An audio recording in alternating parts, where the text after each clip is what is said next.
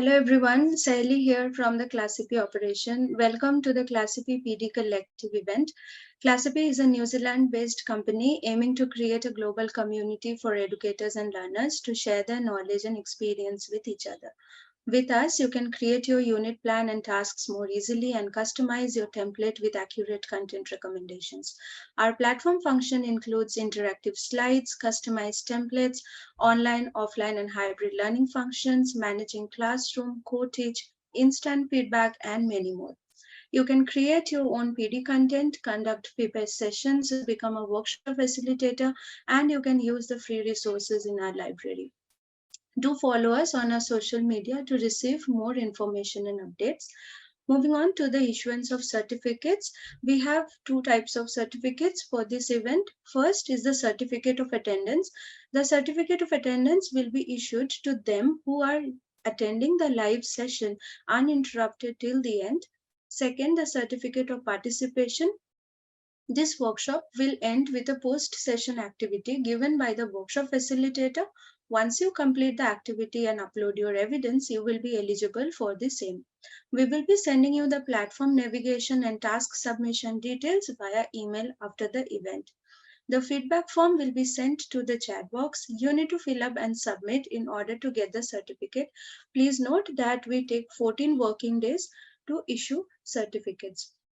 Now let me welcome our esteemed workshop facilitator, Ms. Elyana Zawaideh, joining us from Jordan. With her extensive experience in education system and in implementing the IB program, Elyana has developed a deep understanding of the importance of a well-rounded education that connects academics with the real-world issues and prepares students for the future. As a global schools advocate and mentor, she is passionate about connecting students with the UN SDGs and empowering them to become agents of change in their communities. As an English LNL teacher, Elyana is committed to helping students develop their language skills and encouraging a love for reading and writing. As a MYP coordinator for language, arts, and INS, she has a comprehensive understanding of the MYP program and works closely with other educators to ensure that the program is implemented effectively. Elyana's experience as a certified concept-based instruction and curriculum trainer and an IDU BQC reviewer with the IB has provided her with a wealth of knowledge and expertise in the curriculum development and instructions. She uses this knowledge to support teachers in their professional development and promote high-quality instruction in the classroom. Very warm welcome, Ms. Elyana. Over to you now. Thank you for the introduction and good morning, everyone. Hope all is feeling well today. Thank you for the introduction again.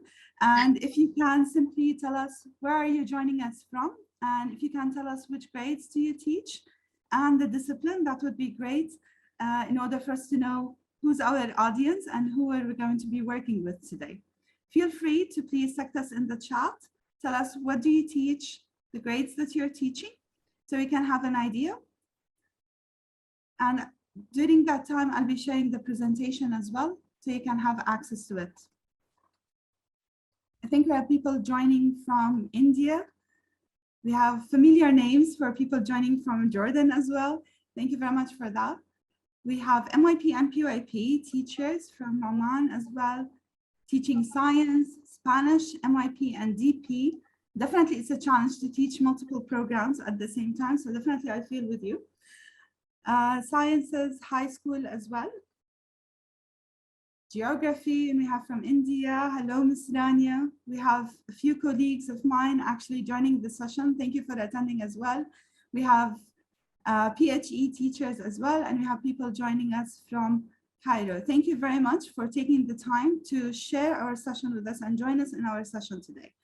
Just like what everyone expressed, who am I? I think we already covered that. Maybe I'm a passionate educator and I simply aim to help teachers around the world. And I think Classcipe is a great platform to actually do that and to transfer our learning and our understanding. I'm a certified concept-based curriculum instruction trainer, so you'll be seeing some of the concept-based resources with them. and I'll be sharing a list of resources towards the end as well. I'm a global school advocate, so we'll see possible integration for sustainable development goals within our units as well. So let's begin. Our session objectives, not to spend a lot of time. So session objectives. What we're going to do today is we're going to explore the connections and the relationships between designing a unit and assessment, because usually teachers, we have negative connotations that are related to assessment. So we'll be looking at what do teachers assess, and we'll be looking at a glimpse of the structure of knowledge and the structure of process so you can have an idea about it. We'll be exploring as well, why is it important to think critically about the purpose? And then we're going to connect our understanding regarding the what and the why in order to explore the how. So how can teachers create assessment tasks to evaluate the learning? We'll be exploring different types of tasks. We'll be sharing some examples, and we'll give you the opportunity as well to share some of the practices you're already using. So it's all about collaboration and sharing good practices that we all implement when we're talking about assessment. For the first engagement, this is the Learning Pet by James Nottingham. So if you have a look at the graph, and if you can use the text comment in order to share, what do you think about this graph? What does it mean to you? So we'll be using the Classcipe tool for the first thing. So you can post your comment. It can be an audio, it can be a video. For now, we're going to go to text comments. What do you think this Learning Pet actually means to you? How can we interpret it, and how can we comment on it? It's like the block tree showing learning stages. That's true. It's a reflective journey, diagnostic approach of teaching and learning. If you cannot access, you can use the chat as well, so don't worry about that. Learning where you are and where you want to be, so it's more of a progression. I like the idea that all of you talked about. It's a progression, it's a journey, it's a learning journey. Sometimes you miss it or sometimes you hit, exactly. So during our learning journey, sometimes we have positive, let's say, feelings throughout the journey. We go in really positive at the beginning, and sometimes we have different feelings and emotions throughout. So it's a journey of inquiry into action and reflection. It's an ongoing thing. Yes, reflection as a process, learning process. So we're looking at the learning process and the journey of inquiry. So it's similar to the journey of inquiry, and we're going to see how is this similar to the journey of inquiry. If you notice the feelings and the emotions throughout as well, we can see different feelings and emotions from the person himself. So we're looking into sometimes you win, sometimes you learn, and we're looking as well, sometimes you win, sometimes you lose. Exactly, so you have different feelings and emotions. Learning is a continuous process to acquire knowledge and skills, definitely. And for the people who shared as well, knowing the goals and enjoying the journey, true. So sometimes you have different feelings regarding assessments, and definitely teachers, we do the same. Whenever we hear the word assessment, we all freak out. We have a lot of goals that we want to achieve. We have a lot of correction that we need to do as well. So we have a lot of, let's say, negative connotations regarding assessment. So what we're going to try to do throughout the session today is try to eliminate some of these negative connotations, transfer them at least to positive connotations, and how can we stop thinking about the different goals that we're having and looking at it from, let's say, a more purposeful perspective. So let's begin with our first task, prior knowledge. So what do teachers assess? So in order for us to look at it, you can use the multiple option, and you can see that we're using a lot of Classcipe tools. So what do we assess? Do we assess knowledge? Do we assess skills and facts? Do we assess knowledge, skills, and understanding? Or does it depend on the purpose of the assessment? So we have knowledge, skills, and understanding. A lot of responses are coming in. Knowledge, skills, and understanding, knowledge, skills, and understanding. Okay, interesting. So we're all going for the knowledge, the skills, and the understanding. D, it depends on the purpose of the assessment. We have one response from on chat. It depends on the purpose of the assessment. True. So we'll give you more time in order to show your answers. C, knowledge, skills, and understanding, depending on the purpose of the assessment, depending on the purpose of the assessment as well, knowledge, skill, and understanding. So we have different, let's say, opinions regarding what do teachers assess. It is true, yes, that we assess knowledge, understanding, and skills, However, it depends on the purpose of the assessment. So some of the assessments can actually be assessments regarding knowledge. Some of them can be regarding skills and facts. Some of them, there can be an accumulative for all. So it all goes back to the purpose of the assessment. And this is how we start linking the purpose of the assessment. So the main key that we're looking at now, how do teachers identify the knowledge, the skills, and the understanding relevant to their discipline? So we can identify, what am I going to assess? Am I assessing the knowledge, the skills, or the understanding? To begin with, let's look at how do we design a unit. So when we plan a unit, the first thing that we start with is the what. What do we actually want to teach the students? So usually we identify the key, the related concepts, and we start identifying the critical content and the skill. So here comes the first aspect. What do we really want the students in order to understand from that unit? And then we connect it or we link it to a real world, which is the why. And this is where we identify a global context and a relevant exploration in order to connect what we are teaching and provide it more meaning. And this is the idea that we're looking for. So we're looking into more meaning into the content that we're going to teach. After you identify what do you want to teach and you connect it to the real world, which is the why, you might be connecting it to a phenomenon that's actually happening nowadays, real events, or you can connect it to sustainable development goals. Nowadays, for example, we have the earthquake that took place in Turkey and Syria, and this is a very authentic exploration for teachers in order to use it in different disciplines, as it can be explored in science, in individuals and society, and it can be explored in languages as well. After you identify the what and the why, we formulate conceptual understanding, and this is where we're going to go into the connection between these concepts, and we're going to create a statement that this is the big idea we want our students to understand. Usually in a unit, we have 5 to 9 generalizations. However, it depends on the duration of the unit. Some of the units, they're actually short, so we do not look for 5 to 9 generalizations, it can be less. Immediately after we identify what do you want to teach, why do you want to teach, and we connect it to a real life situation, we immediately think about the assessment, and this is backward design. So immediately connected to an authentic assessment that reflects the intended understanding of the unit. So these are the milestones that we're looking at when we start planning, because I need to look at the design of the unit, and then I'm going to connect it to my assessment. A bit of background information. So we're going to go to concept-based a bit.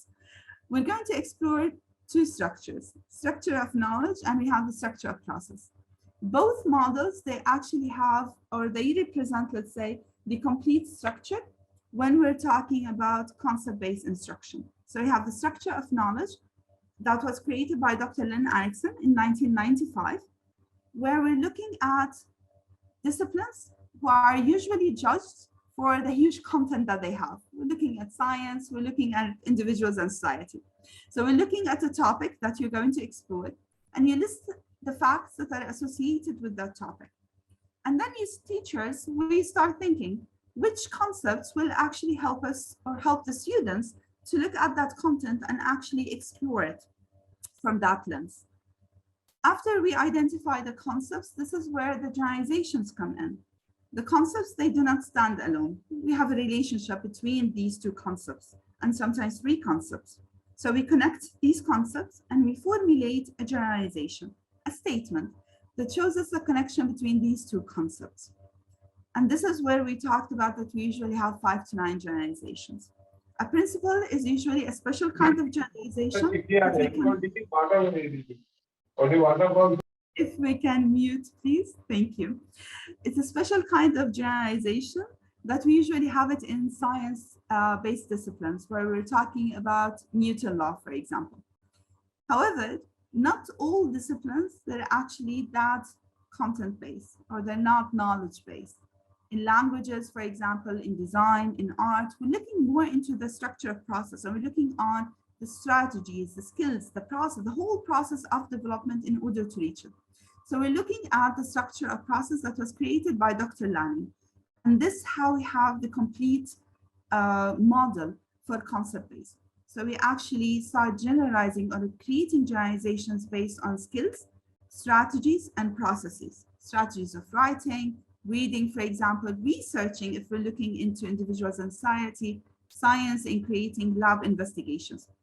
And definitely we choose our concepts that we're going to explore, and from that we actually create our generalizations. Now, it does not mean that science, individuals, and society, they only refer to the structure of knowledge. It's actually completely the opposite. All disciplines, they actually draw their generalizations from both models, the structure of knowledge and the structure of process. And we as teachers, we try to create at least somehow of a balance between both of them. So if I'm a science-based, for example, teacher, I'll be taking some of the generalizations and formulating them based on the structure of knowledge. However, I will make sure that I have a structure of process generalization when I'm discussing with my students how to interpret data, for example, or how do we write experiments. If I'm a language-based discipline, languages, definitely any type of language can actually work. We're looking at the structure of process, but at the same time, we explain themes in text, and these themes actually refer to the structure of knowledge. So we can see that our generalizations, the understandings that we want our students to reach, they're going to be from both knowledge and process. Let's look at an example. This is a unit, how can we change the world? We usually teach it to upper elementary, upper primary, grades 4 and 5 in PYP, or you can even do it in MYP year 1, where you're talking about social action. Since it's a literacy unit, it can be actually explored from structure of knowledge or the structure of process. But for the first generalization, we're going to look at the structure of knowledge because we're going to explore social action as a theme within the text itself. So we'll be looking at the concepts of change, people, and social action. We'll explore that theme within the text because it's going to be based on facts, case studies, on what are the types of social action that we can see. And this is when students, after you identify your concepts, this is where students start creating their generalization. And we usually start with a statement. The students understand that, and we formulate the generalization. Social action may inspire people to work for change. We can see the words in bold, these are the concepts, and we can see how this is actually connected. And we have a statement that reflects the connection between these concepts, how social action can actually inspire people to change. If I'm looking at the same unit, I'm a literature teacher, so definitely I'll be exploring the novel and I'll be exploring the theme, but at the same time, I'll be looking at writing process, I'll be looking at the reading process. So for now, we chose the writing process. So if I'm going to teach my students argumentative writing, I'll be looking at the concept of purpose, audience, and I'm going to explore their role as writers within that unit. So my students as writers, what they're going to do, they're going to reach the understanding that writers construct and format an argument based on the purpose and knowledge of an audience. So we can see the connection between the purpose and the intended audience whenever we're writing an argument. So this unit, it was actually explored from both structures. We saw how we actually explored it from the structure of knowledge and how we looked at the writing process from the structure of process. Why do we need to know this? Because simply this helps us in order to identify the knowledge, the skills, and the understandings that we have. Okay, so whenever we're looking at knowledge, what are we looking at? We're looking at what do I know? Usually we hear a lot of PYP teacher, KUD, CUD if you want. So for the knowledge aspect, we're looking at what do I know? We're looking at definitions of terms. We're looking at facts that are really associated with my topic. If I'm going to explore, for example, that unit with my students, they need to know what social action is. This is a knowledge base. They need to know what literature is, genre, for example, geography, if I'm an individuals and societies teacher. They need to know matter. What is matter before I actually start exploring the relationship between the different, for example, aspects of matter, or how does matter change and connected to the concept change. Some facts we might actually look at as well. We might be looking at how the earth revolves around the sun. That can be an understanding I might be looking at because it's a fact. Water boils, for example, at 100 degrees. Okay, these are some of the facts that we can actually explore. Now, what you can do, think about your unit, either a unit you're now teaching, you taught, you finished teaching, and try to write a question that will assess the knowledge in your discipline. Okay, so what we're going to do is we're going to look at questions that are connected to your knowledge. Define the term condensation, definitely. So we're looking at definitions of terms. What are the factors that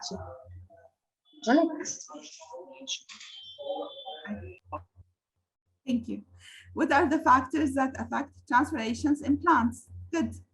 So we have these knowledge questions. What is an earthquake? Describe the water cycle. So we're looking into the knowledge aspect. What do I need my students to know? Features of different types of government. What is a government? Exactly. So we're looking at it. What is the boiling point of water? This is a fact as well. So these are all questions that actually assess the knowledge in our discipline. What are the forms of quadratic equation? So we're looking at math. This is the first math question that we have. Identify the differences, okay, between metallic, for example, bonding and ionic binding. Good. So we have all of these there. What they're questions that actually reflect the knowledge. What do we want our students to know? So we're referring to structure of knowledge. How about we start connecting it to the skills? What can our students do? Whenever we're looking at skills, this is the definition from Dr. Lynn Erickson. They are the smallest operations or actions that are embedded in strategies, and when appropriately allowed, they allow these strategies to work.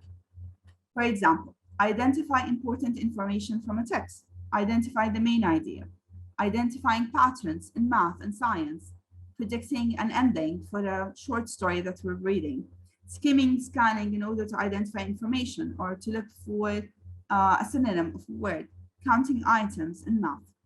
Again, try to think about, use the text comment. You can use either both on Zoom or you can use the app as well. Try to write a question that assesses the skills in your discipline. Okay, so what is climate change? Yes, this is a knowledge-based one. So if we're looking at skills, we're looking at evaluate the bacterial growth curve. Okay, so if they're going to evaluate the bacteria growth curve, are they going to look, let's say, at a graph? So if they're going to look at a graph or they're going to observe, so we're looking at observing, for example, and identifying pattern as a skill. Or so we're looking at interpreting data from different, for example, aspects. Okay? So instead of evaluation, we're looking at observing, interpreting, identifying elements, for example, of celebrations. These are all skills. These are all skill questions, skill-based questions. Language specific, write a dialogue between a customer, for example, and a third person in the target language. Exactly. So this can be a target skill that they have to write a dialogue with them. These are skill-based questions. So far we have the knowledge-based. We talked about what is the knowledge that we have. And we talked about the skill-based. Compare and contrast between metals and non-metals as well. These are all skill-based. Interpret the data, analyze, and then evaluate. So we're looking at interpretation as well. Analyze as well how drought affects transportation in plants. So we can look at graphs, we can look at case studies and immediately find it out. Find the areas most exposed to earthquake on a map, definitely. So these are all skill-based. So now we know what is the knowledge. So I'm looking at the facts and I'm looking at the terminology. If I'm talking about skills, I'm looking at the micro skills. If you have issues in identifying what are the skills that are related to my discipline, Common Core is usually a very good tool to identify the skills that our students, they need to reach, because you need to have a benchmark. How can factoring quadratic help you find the time for a ball to reach the max height? So we're looking into the relationship between quadratic here. So we're looking more into an understanding. How about PHE as a subject? Is it common to assess knowledge? Yes, because if you're looking at PHE, for example, some of your units you have base knowledge units when we're looking at nutrition, for example, and its relation to building muscles. So the word muscle for itself, students, they need to understand it, and they need to understand the different types of food, for example, that are related in order to building muscle. So again, the types of food as well, you can look at it. These are all knowledge-based.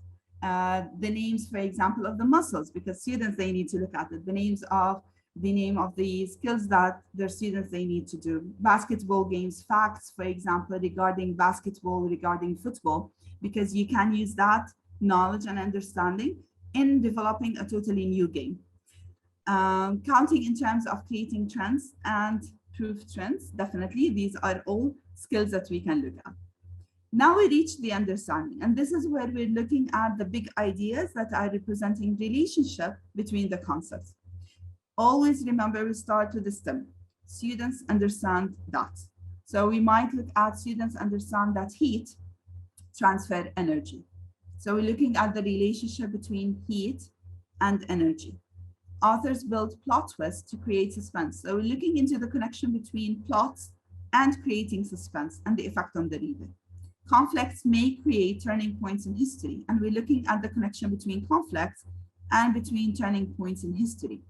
So what you need to do now, again, write a question that assesses your understanding. So far we explored knowledge questions, we explored skills, and now we're looking into understanding.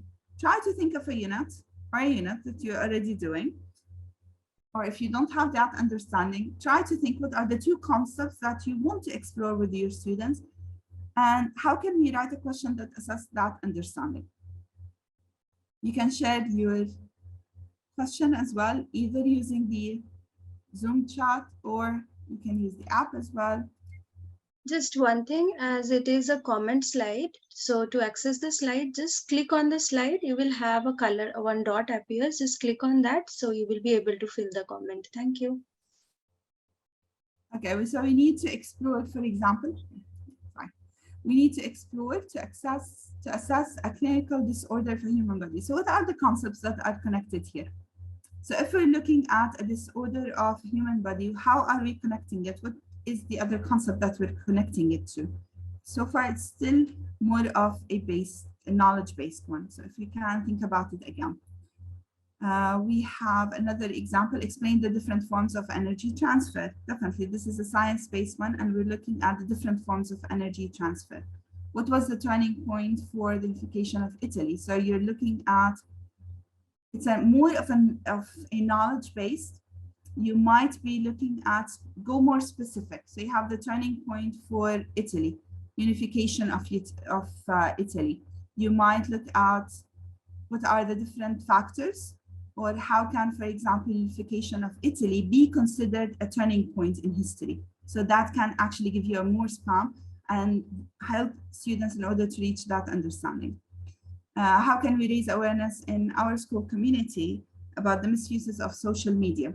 Okay, so you might want to ask the question, how is social media purposes connected to misuse or bullying? So you're connecting bullying as a concept, and you're connecting the misuse of social media. So there's a connection between social media, misuse of social media, and high rates of bullying. So we're looking into the connection of these two concepts.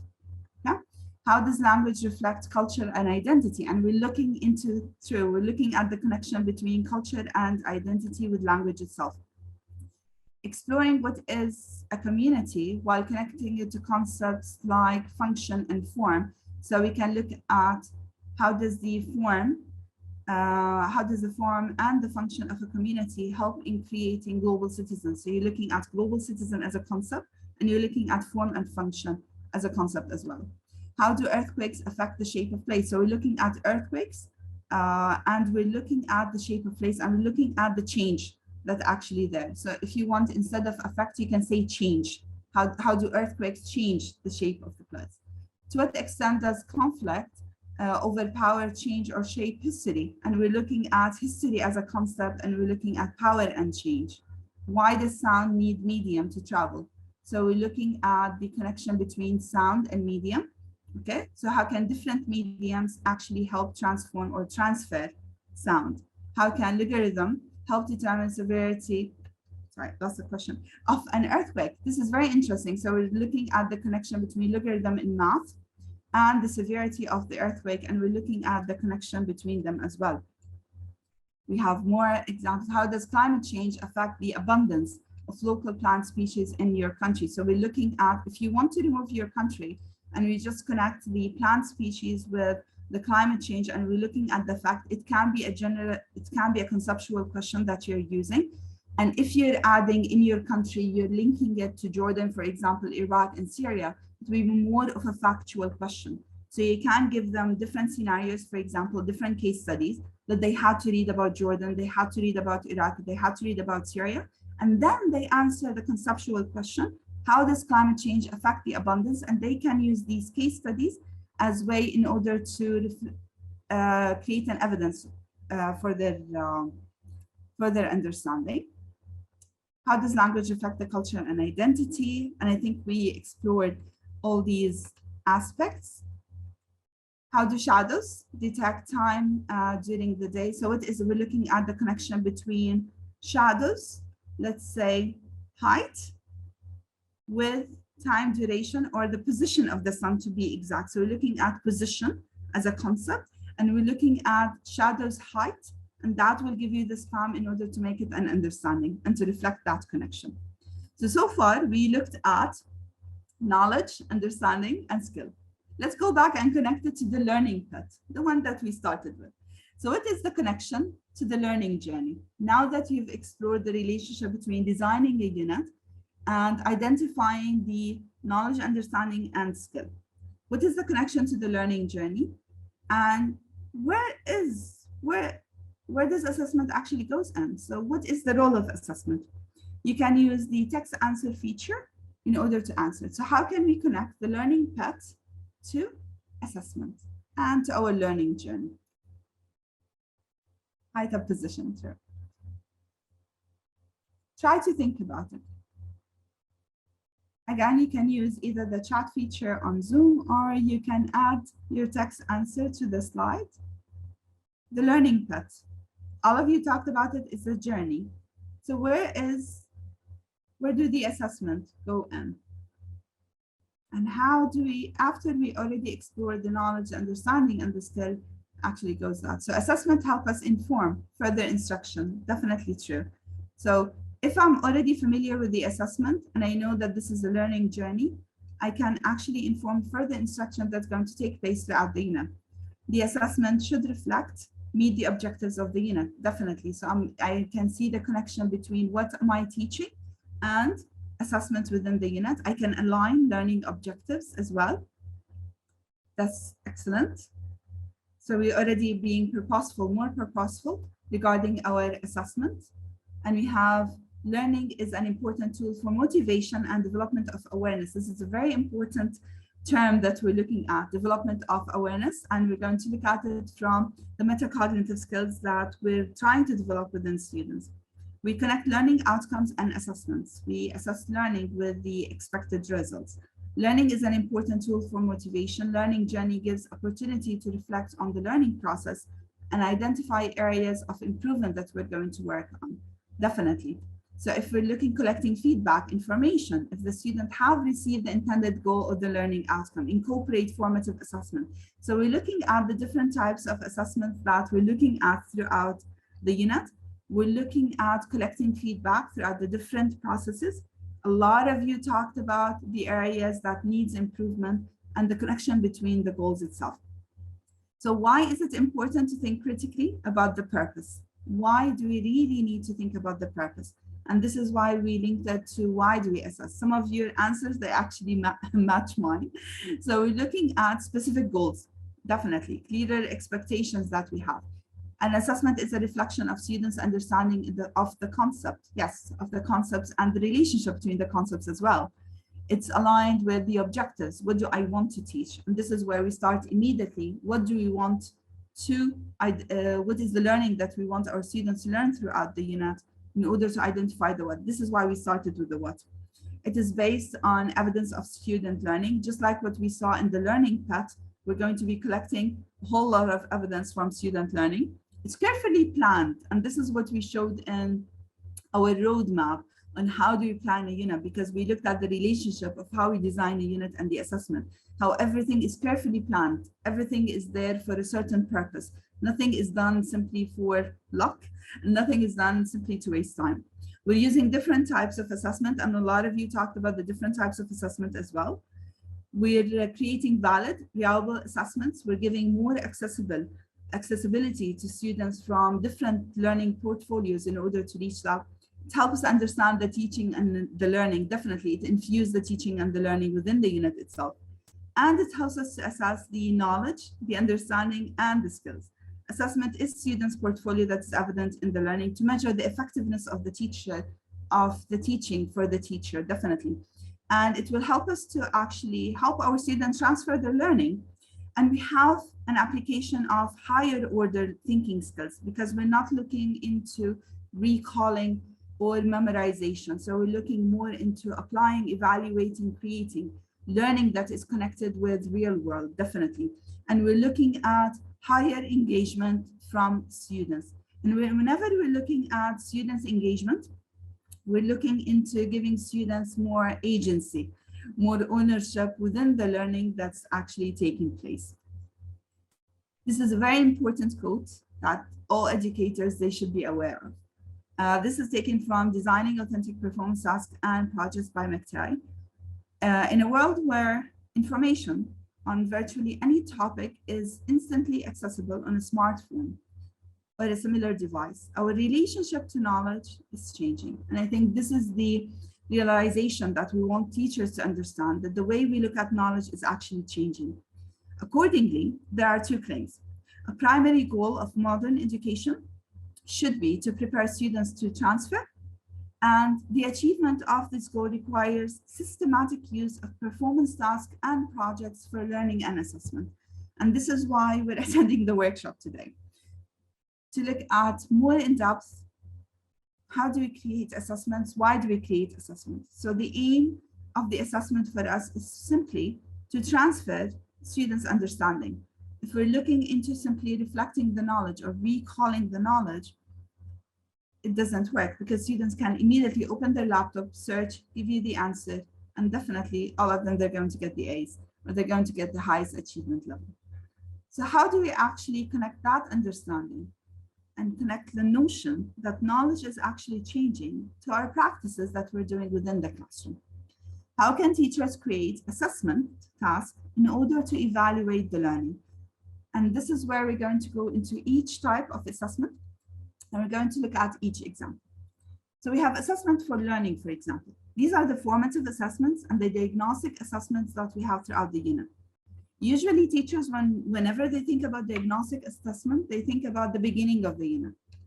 Just to clarify that, diagnostic assessments can happen anytime throughout the unit, because remember, just like the learning pit, it's not only one learning pit throughout the unit. You'll be doing multiple learning pits throughout the unit, because you'll be exploring different generalizations throughout.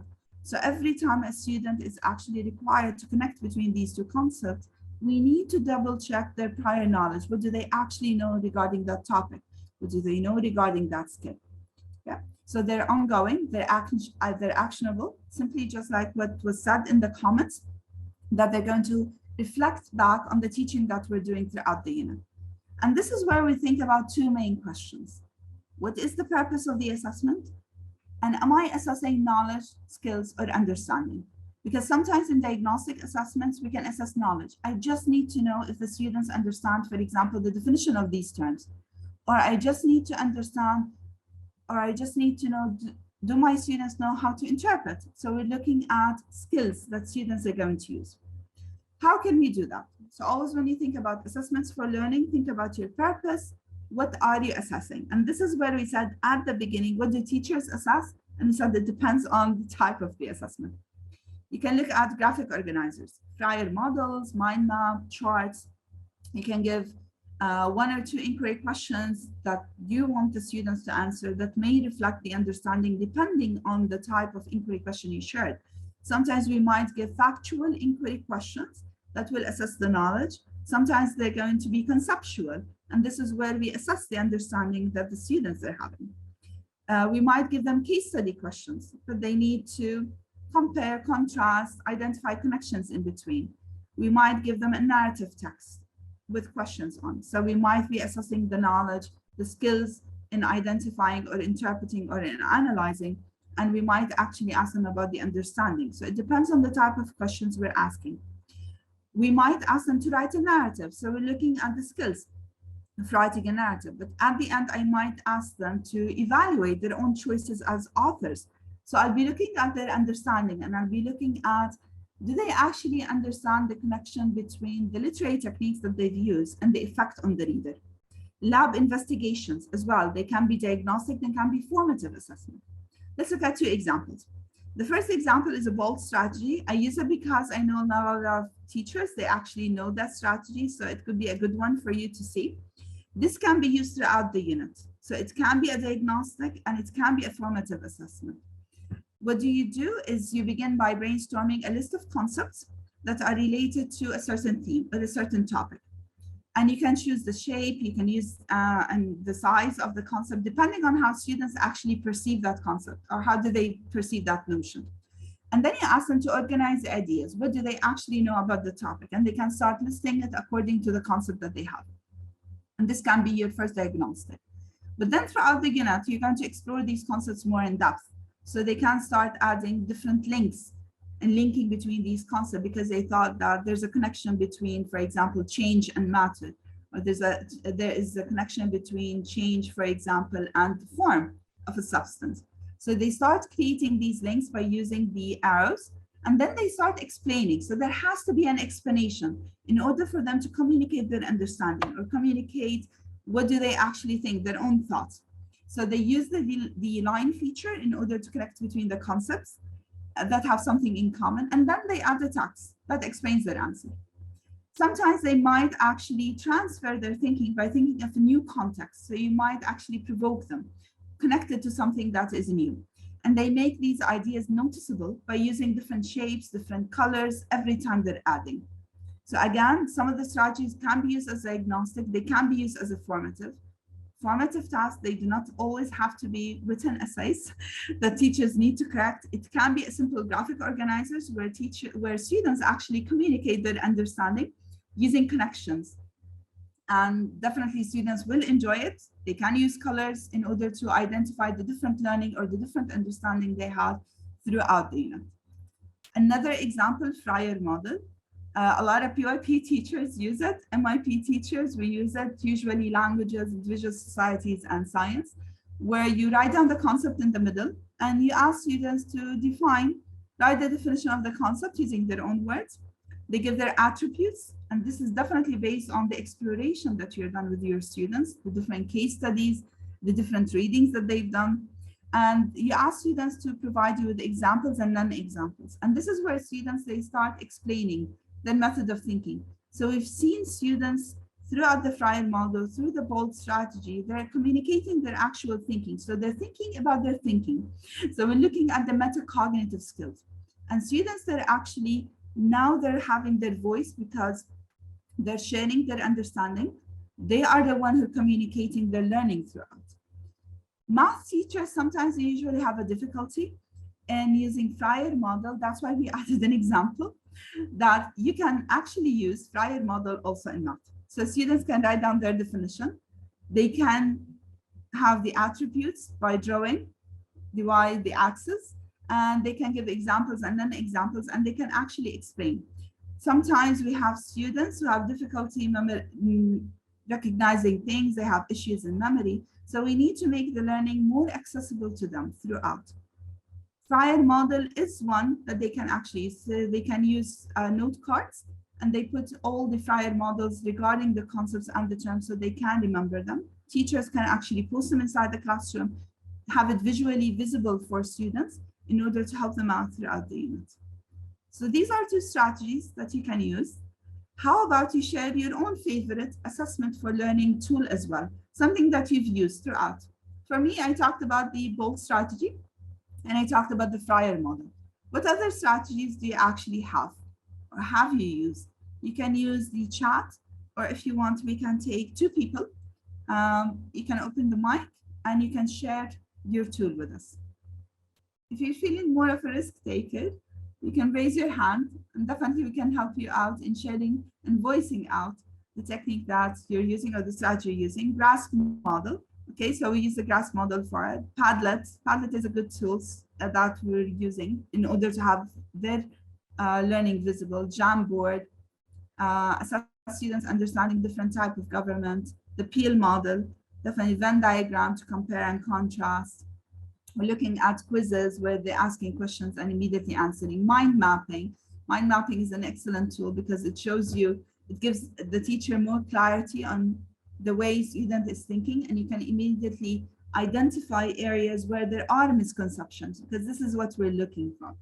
Mary, we can use quizzes, visual thinking routines, any visual thinking routine, fishbone for cause and effect as well.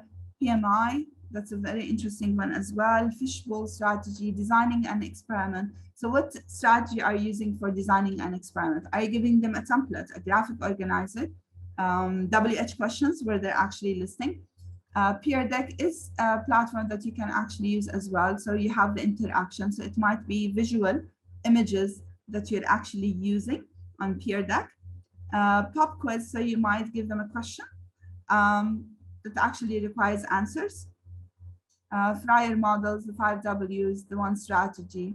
Thinking hats, so you might be thinking hat as well. Socrates, okay, the mind map, diagrams, the Venn diagrams. I used to think, now I think this is a visible thinking routine that actually shows us as well. Writing a lab report to assess their understanding in the scales of criterion B and C. So usually when we're giving lab reports and we're asking students to do it, we either give them a graphic organizer or we give them a model that they need to replicate. Think, pair, share, definitely think, pair, share, write, pair, share, click questions. 3, 2, 1, it's a very interesting tool as well that you can actually use it throughout the lessons with your students. So this was assessment for learning. Now we're looking at assessment as learning. So we're looking at the self-assessment, the peer assessment, how students, they set their own learning goals and how they start learning about themselves as learners. So we're looking at the metacognitive aspect of learning, the metacognitive knowledge that we're trying to develop within the students. Usually, sometimes when we give feedback for students, we used to have students coming back, what do I need to do to improve? Now, what you can do, if the criteria is already clear for the students and you already taught students, how do you do your self-assessment and how do you actually seek feedback from your partners? They're simply going to use that criteria in order to improve their work. So we're looking at checklists and ask them to reflect on their own achievement. We can do peer and teacher assessment. We can do conferencing and asking questions, reflection prompt that's going to help them. So each type of assessment that we're using inside the classroom, we're actually trying to assess either knowledge, understanding, or skill, and we're trying to develop a specific aspect of knowledge. For assessment of learning, we're looking at the metacognitive knowledge of the learner and identifying more about themselves. Some of the strategy, if we can use again the learning path by James Nottingham, he has different versions of the same learning path, but this is a version that you can use throughout the unit as well. And it's going to help students to think about their thinking. So if you want to start the unit, you can ask them questions. They can answer questions regarding concepts. What is your initial answer regarding that? How confident did you feel, for example, at the beginning? And then when they start challenging themselves, they can start thinking about what challenges did you actually overcome, or what misconceptions that you've actually faced while you were going through the unit. They might go into the cognitive conflict. How many different, for example, contradictions did you find throughout the unit? What was the most difficult understanding that you were able to reach? So we're trying to develop that metacognitive knowledge within the students for them to understand what challenges did I face? Why? What strategy did I use? How can I actually change that and start evaluating myself? So this can be a very powerful tool that you can use throughout. You can give it to students and they can comment on different aspects throughout the learning journey that you're going through. And it has very good, powerful prompts that you can use as well within the classroom. Another strategy, we have the learning to transfer self-assessment. And this is actually taken from Learning That Transferred website. If you want students to assess their own understanding throughout the unit, we can go through the ladder or the steps. So you can start with the first thing, which is acquiring the concepts. I can explain concepts in my own words and give examples on each. And in this phase, students, they actually give their own evidence regarding their understanding of the concepts. If we're looking into the connection between the concepts, when students, they actually acquire the understanding of the concept, and now they're trying to identify the relationship between them. I can explain the relationship between two concepts in my own words, and I can provide evidence of these relationships on my learning. And we can have you already can see an example that is already there to help your students. Sometimes it's good if we give a model for the students. What do you mean? Because usually when we present a new strategy for students, they have difficulties in identifying what is the actual answer or how do I need to answer. So always give them a model. When they reach transfer, I have developed a mental model for the concepts, and I can explain a strong relationship between at least 5 concepts, 3 concepts, 4 concepts. It depends on your unit. I can analyze a new situation using my mental model, and students give evidence from their own learning. So this is one technique that you can use in order to assess students' understanding this time. And this is by learning to transfer self-assessment. So again, let's share, because we're all teachers, we're all educators, and definitely we have good practices within our sleeves. So if you can share your own favorite assessment as learning tool that you have used throughout. We have students creating learning models of biological phenomena. Yes, so we can use the STEM practices that we have. What about a mini conference that students conduct on a certain issue? Could this be a form of assessment? Yes, it can be a form of assessment. Sometimes what we do is we give prompts for students. What do you want to ask when you are in a conference? And we have set of questions that are given. So we can do it if your students are not acquainted to it, do it between partners, ask them to take turns in asking each other, having a conference, and then you can have it within a group itself. Just you need to make sure that you've actually taught students how do they actually listen and collaborate, because that can be a bit messy if they don't know how to do it. Let's look at some of the strategies we're actually using. Podcast can be one of the strategies where students can actually share their own evaluation, let's say, for example, of their assessment. What did they do well? What are their strengths? Stimulations for experiments. Okay, definitely they can actually work as well. So these are some of the strategies that we have. Hopefully I did not miss any. Giving agency, exactly. So what we're trying to do is we're trying to infuse the concept of agency, because a lot of teachers, they hear the term a lot nowadays, and they keep on thinking, what is it? So if we go by, what does it look like? What does it feel like? Whenever you're looking at agency, think about ownership, voice, and choice. So throughout the different strategies, we can see where students are voicing out their understanding, their knowledge, their skills, and where students are actually taking ownership of their own learning, and they are the ones who are evaluating themselves. So these are different ways of how we can infuse agency within our classrooms without actually making it a big headache for us. Students creating an infographic as part of the assessment of knowledge and skills in the classroom, definitely.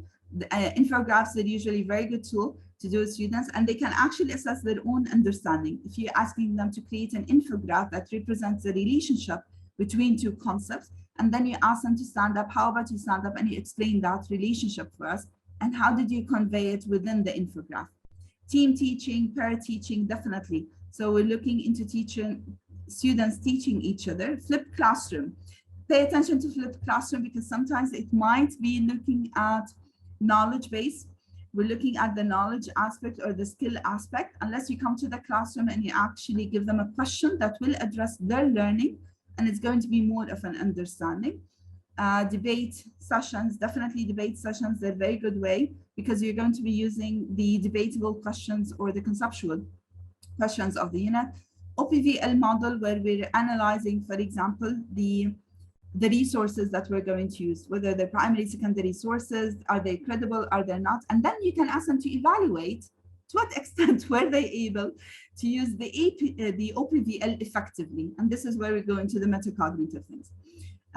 Citizen science activities, outdoor ecology to activity to explore diversity, definitely. So you might give them these questions. Peer editing in writing, so you give them checklists that they need to edit, for example, and then they have to articulate their own understanding. What's the connection between purpose, for example, and structure? Clear. So it depends on the purpose of the writing that you're looking at. So we looked at different ways of as assessment for learning, and now we're looking at the final assessment type of assessment, which is assessment of learning. Whenever we're looking at assessment of learning, we're looking at assessment task, summative task, or we're looking at the end of unit assessment. Even though you're going to find a lot of educators nowadays, we're trying to tell you, do not limit your unit to summative assessments, just do as many assessments that you can, formative assessment throughout the way. And this was one of the enhancements we had in the period, focus more on formative assessment. This can help you identify, for example, if your students are meeting the grade level standards toward the end of the unit. We use these results in order to create a developmental plan. And this is a very good step for you to do. Usually schools that they're requested to create developmental plans for their for the different aspects of learning in regarding to the standards and the practices. Now, how about you take it in within the classroom itself and give ownership to students in order to create their own plan. So you've given them their assessment, ask them to analyze. So it's not only the teacher who's analyzing the strengths and the weaknesses for students, the areas that they need to develop. Ask students to do that.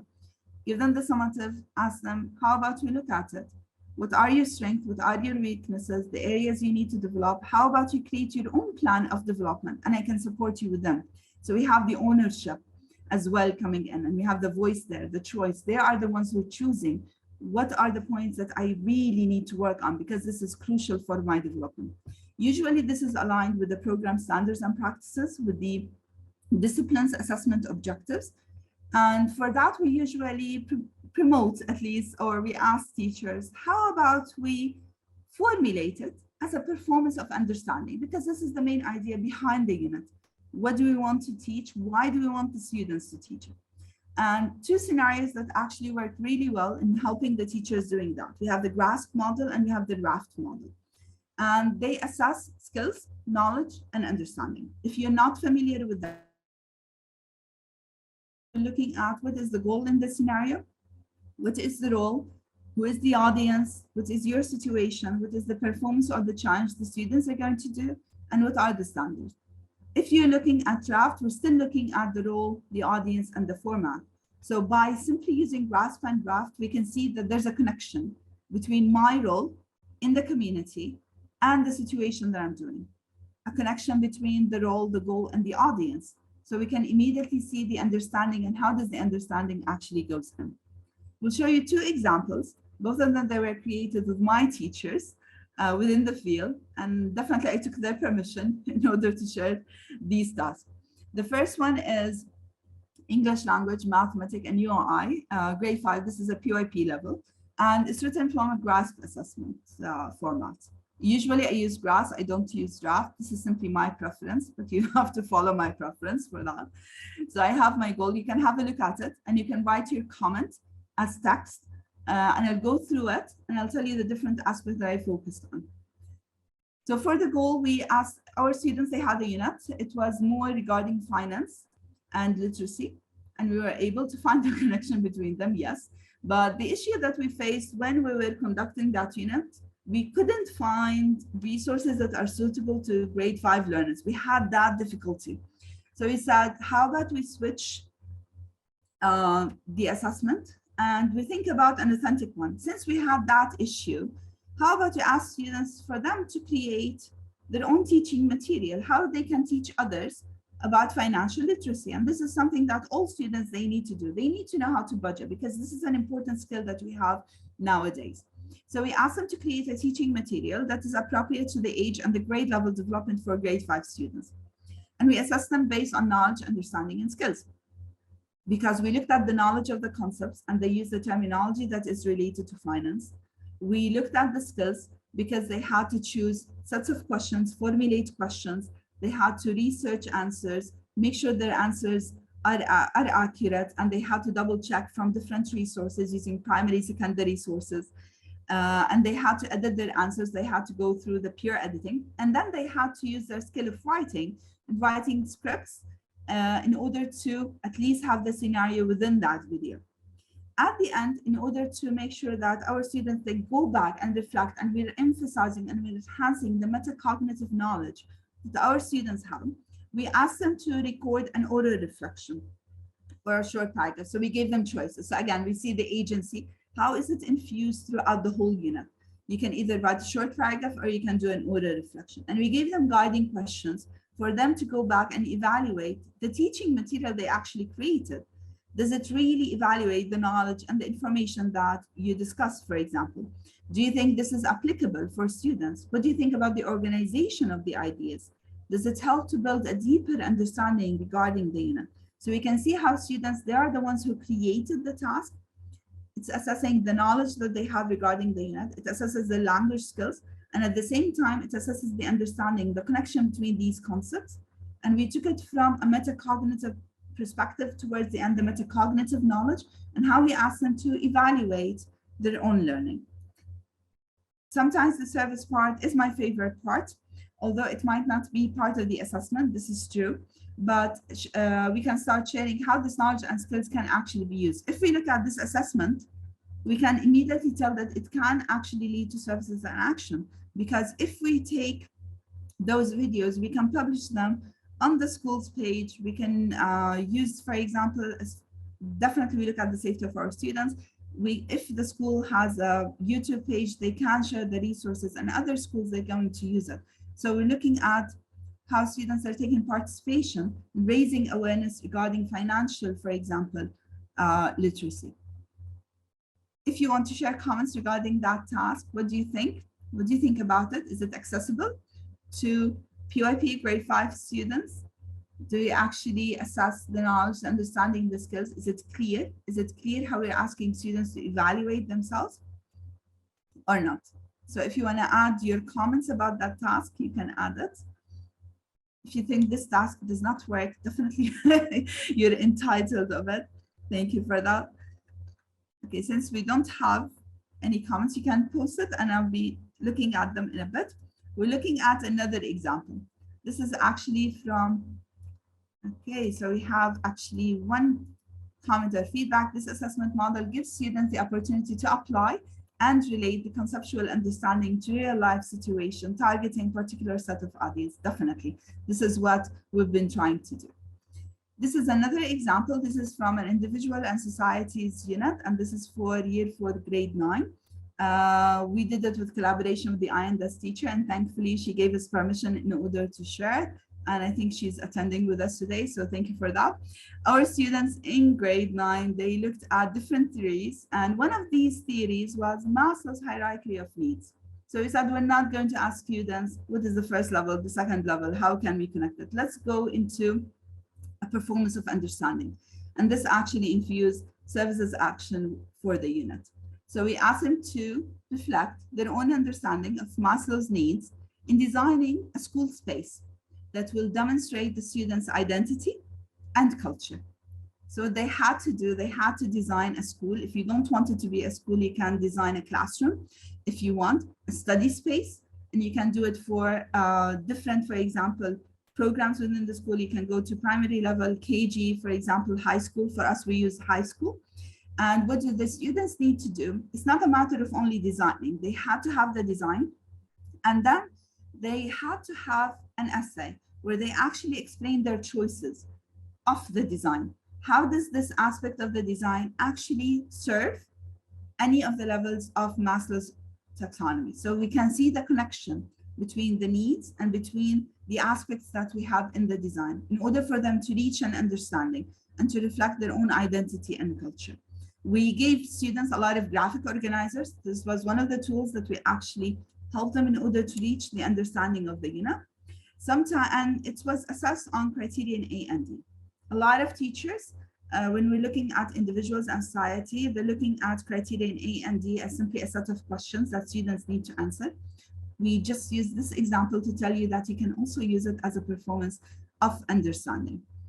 Again, definitely this is a perfect for an IDU unit between design and INDS. We used a lot of elements of design, and our INDS teacher, she actually taught them about it as well because she had a prior knowledge. We didn't have a design teacher at the beginning of the year, but definitely this is a great aspect of IDU that you can actually look at. So what do you think about this assessment? Does it actually infuse the knowledge, the understanding, the skills? Does it give agency for our students? Are they voicing out their opinion? Are they taking ownership of their own learning? And definitely, does it connect to a real life situation that we're having? And we're telling students, why do we need to learn about Maslow's need? Because yes, this can actually help you in creating a better life for individuals. So very good one. Okay, thank you for that. So you can add your details if you want, and we can go ahead and read them. So we have, for example, let's see. You can immediately do that. So we have a nice connection between two disciplines. Thank you for that. Is there a reason a reflection was added in the first example, but not in the second? The first example, because we were simply trying to make sure that students are able to reflect their understanding, to make sure that, yes, students, they have that understanding, they're able to reflect it. In the task itself, we didn't think that it's very clear and it's going to really show us if students are able to connect between the different concepts. This is why we asked them to have that connection. However, in the second example, you can see the connection immediately there because it's been explained throughout the essay. So sometimes when you're creating your assessment, if you think the connection is not that clear, you might want to give students a reflection question in order to support them with that. Prepares them for bigger projects such as personal projects. Definitely, this is one of the aims that we're looking at. So if you see, you are able to connect the different types of assessments that we have to different elements within the program. If we're doing that, we're connecting to personal project. If you're lowering, for example, and you're doing it for grade 8, for example, you're still doing it, communicating to or linking it to community project, you're linking it to services action, and it happens naturally. So it's not something that is forced, that is need to happen. It's something that is authentic, something that really connects to the understanding that's happening throughout the unit. Share your favorite assessment of learning tool. I'm aware that we took a bit of time. So if you want to share your assessment, for example, assessment of learning, you can do that. We just have the last piece of the puzzle simply to connect everything that we're doing, and we're looking into Bloom's taxonomy. So whenever we talk with teachers regarding assessment, they immediately say Bloom's taxonomy, and this is one way for us to look at it. So yes, we have Bloom's taxonomy where we're looking at remembering, for example, understanding, we're looking at applying and analyzing. And now today, what we're going to do, we're going to look at Bloom's taxonomy from a new perspective. Since we've been talking a lot about knowledge, understanding, and skills, and we have different dimensions of knowledge, and we mentioned the metacognitive dimension, the conceptual dimension as well. Now we're going to look at it from a different perspective. So how are we going to look at it? If we're connecting Bloom's taxonomy to, and how do we assess transfer in the context itself? So we have Bloom's taxonomy, where we go from levels, from level 1 to level 6. We start with the remembering, the understanding, the applying.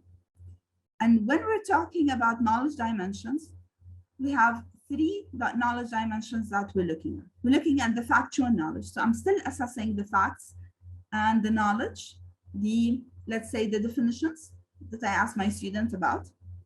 And if I'm only focusing on the knowledge, factual knowledge, I can still go to the highest level in Bloom's taxonomy. But the idea is, will my students transfer that knowledge? And this is the key question that we're looking at, because our aim, we said, is to transfer knowledge.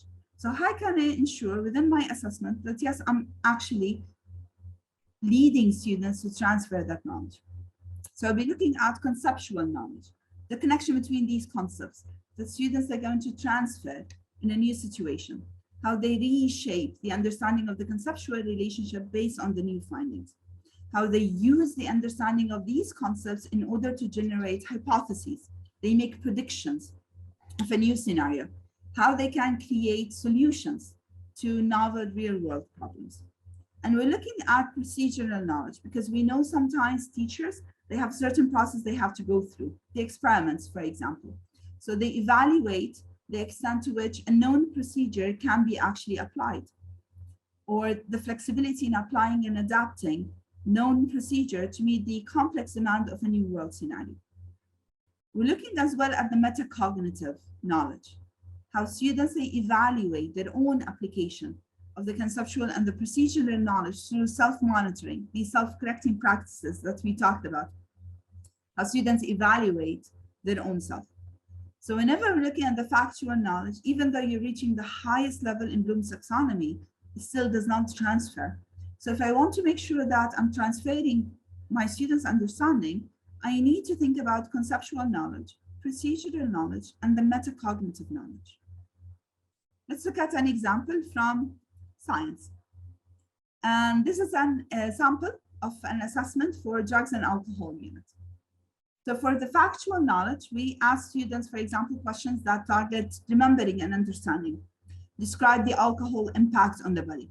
Explain the connection, for example, between tobacco use and cancer. Recognize the characteristic of drug addiction. These are all remembering, understanding, based on things that the teacher explored within the unit itself. For looking at applying and analyzing, we're hiring the level, yes, but we're still within the fact locked in that factual knowledge that does not transfer to new situations. So we're looking at comparing the impacts of hallucination, for example, on the body. We're looking at analyzing the impact of drug and alcohol addiction on personal health, interpersonal relationship, education, employment. And then when we're looking to evaluate and create, we're evaluating media messages about drugs and alcohol. And this is the factual use. So if you look at the questions, yes, we evaluated, we compared, we analyzed, but all of this is still locked in the factual knowledge. So how can I actually assess students in order to transfer? So if you look at the conceptual knowledge, I might ask them to apply your conceptual relationship among the following concepts and situations, and I give them a list, and I ask them to design a peer education campaign where they actually explain the relationship between these drugs and self-determination. Or if I'm looking at procedural knowledge, I might ask them to compare and contrast treatments of the same topic in several primary resources. So they're looking at different primary resources. They're looking at the treatments of the same topic, and they're going to compare and contrast them, and they're going to evaluate the media messages in order to determine the motive of the content creator. What is the message that is being sent to us? If we're looking at a metacognitive knowledge, we're evaluating our own consumption of media messages to avoid being manipulated. We're designing a peer education campaign, for example, for others, in order not to be savvy consumers of media. So this is an example how we can actually, it's a unit. Instead of asking these factual knowledge that's locked in place in time, I can actually transfer that learning into new situation. And my students will be able to reflect on their connection of, or the understanding that they have reached. They will be able to evaluate where do they actually stand within that knowledge. So what do you think about it? Definitely you can share it with your colleague. This can be found in Learning That Transfer book by Julie Stern. They have a lot of examples on it. And the whole book is actually infusing the idea of how can we transfer students' understanding to new scenarios, novel scenarios, things that we can actually link to lives. So this is one of the examples that we have done. What do you need to do then? And this is basically where we reach the end of our session, the last two things that we need to do. Go back. You've heard a lot, and definitely I've talked a lot. What you can do, go back to your unit, look at your own questions. This is where we actually enhance the critical reflection aspect. So it's not only reflection, there has to be a high level of reflection that we're going to present as educators, and we're going to transfer to our students. How do we critically reflect on what we've learned? So think about the questions that are relevant to your unit of study, and try to edit the questions in order to make sure that you're reflecting conceptual knowledge, procedural knowledge, or metacognitive knowledge. And this is where we come to the task on hand, that you need to create a performance of understanding in order to assess. This is if you want to take part and receive another certificate of participation. You're going to create a performance of understanding where you assess knowledge, understanding, and skills. So you're going to identify your discipline, identify the grade level, because it's really important, because we don't want to add higher cognitive load on our students. We need to make sure that the cognitive load that they're experimenting is something that is applicable to their age level. You need to identify the knowledge, the understanding, and the skills you would like to assess. Ask yourself a question: what do I really want my students to understand? What do I want my students to do? What do I want my students to reflect? And then you create your own assessment. And this will be a very good tool for you in order to come up and actually go through the whole process of how do we create assessment. Definitely towards the end of the session, we need to have a reflection. This is another tool that you can actually use within your classroom. It can be used as a plenary, and it can be used as diagnostic if you want to use it at the beginning and then at the end of the session. So if you want, choose a number that represents, and you can use the comments now. Choose a number that represents your knowledge and confidence now regarding designing assessment tasks. Where do you feel you are? And try to explain for us why you're that number. If you want to use it as diagnostic, you can give it at the beginning of the unit, ask teachers to keep the number and then use it back at the end. I use it in my classroom a lot. Students, they actually like it. They make jokes of it, so you can make learning fun as well. Or you can simply show it at the end and you can do it as plenary. So if you're going to choose a number, what number represents your knowledge and confidence regarding designing assessment? Because we shouldn't actually neglect the connotations that we have that are associated with the assessments. You can either use the features on Classcipe or you can use the chat as well in order to add it. And Classcipe, they already added the feedback forms that you can actually use within the chat itself. Okay, so 14, so we're looking at number 14. So someone is actually following, and we can help people, other people actually in understanding more about assessments. Okay, I hope no one is 8. Definitely, we all hope no one is 8. 13, so we have someone who's actually in the middle of the road. They're going more into more application now.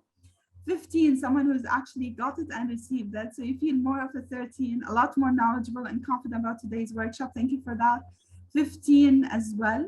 Again, you can use either Classcipe feature or you can use chat as well in order to show your response. 12, for example. 12, I'm just looking for 12. Okay, so we're actually standing on the line. So good, we are risk takers. We're willing to take that aspect. We're a 9. Okay, and okay, we're at least we're in a good stage. Let's say we're observing. We heard the knowledge. Now let's see, are we able to actually express it and use it? 13 at the moment. Thank you. Thank you very much for your comment. Anyone else? We have 15. Okay, 14. So at least we're all in a good stage where we are. What number is beside 13? We have 15, 14, and 12, and we have 11 as well. 9, learning and shall apply it in the upcoming units. Definitely, please apply it. If you want more resources to support you within that process, you can always refer to Learning That Transfer, Designing Curriculum for a Changing World by Julie Stern. It's an excellent book if you want to keep a concept-based curriculum instruction for the thinking classroom, concept-based literary lesson by Lois Lanning and Tiffany Brown, Designing Authentic Performance Task and Project. This is a lifesaver. So if you're looking at it as well, these are good resources that you can look at. I use all these resources when I created this workshop. So hopefully the learning was suitable. You learned a lot. We tried to clarify a lot of the negative connotations that are actually there. Thank you, Jyoti, for attending as well. Thank you for your comments. Hopefully we learned a lot. Don't forget, you can always share your assessment via Classcipe, and I'm going to look at them. So if you want more feedback as well regarding that, this can be a good opportunity for you to do it. Thank you, time well spent. Thank you. At least I didn't waste your morning. Thank you for that.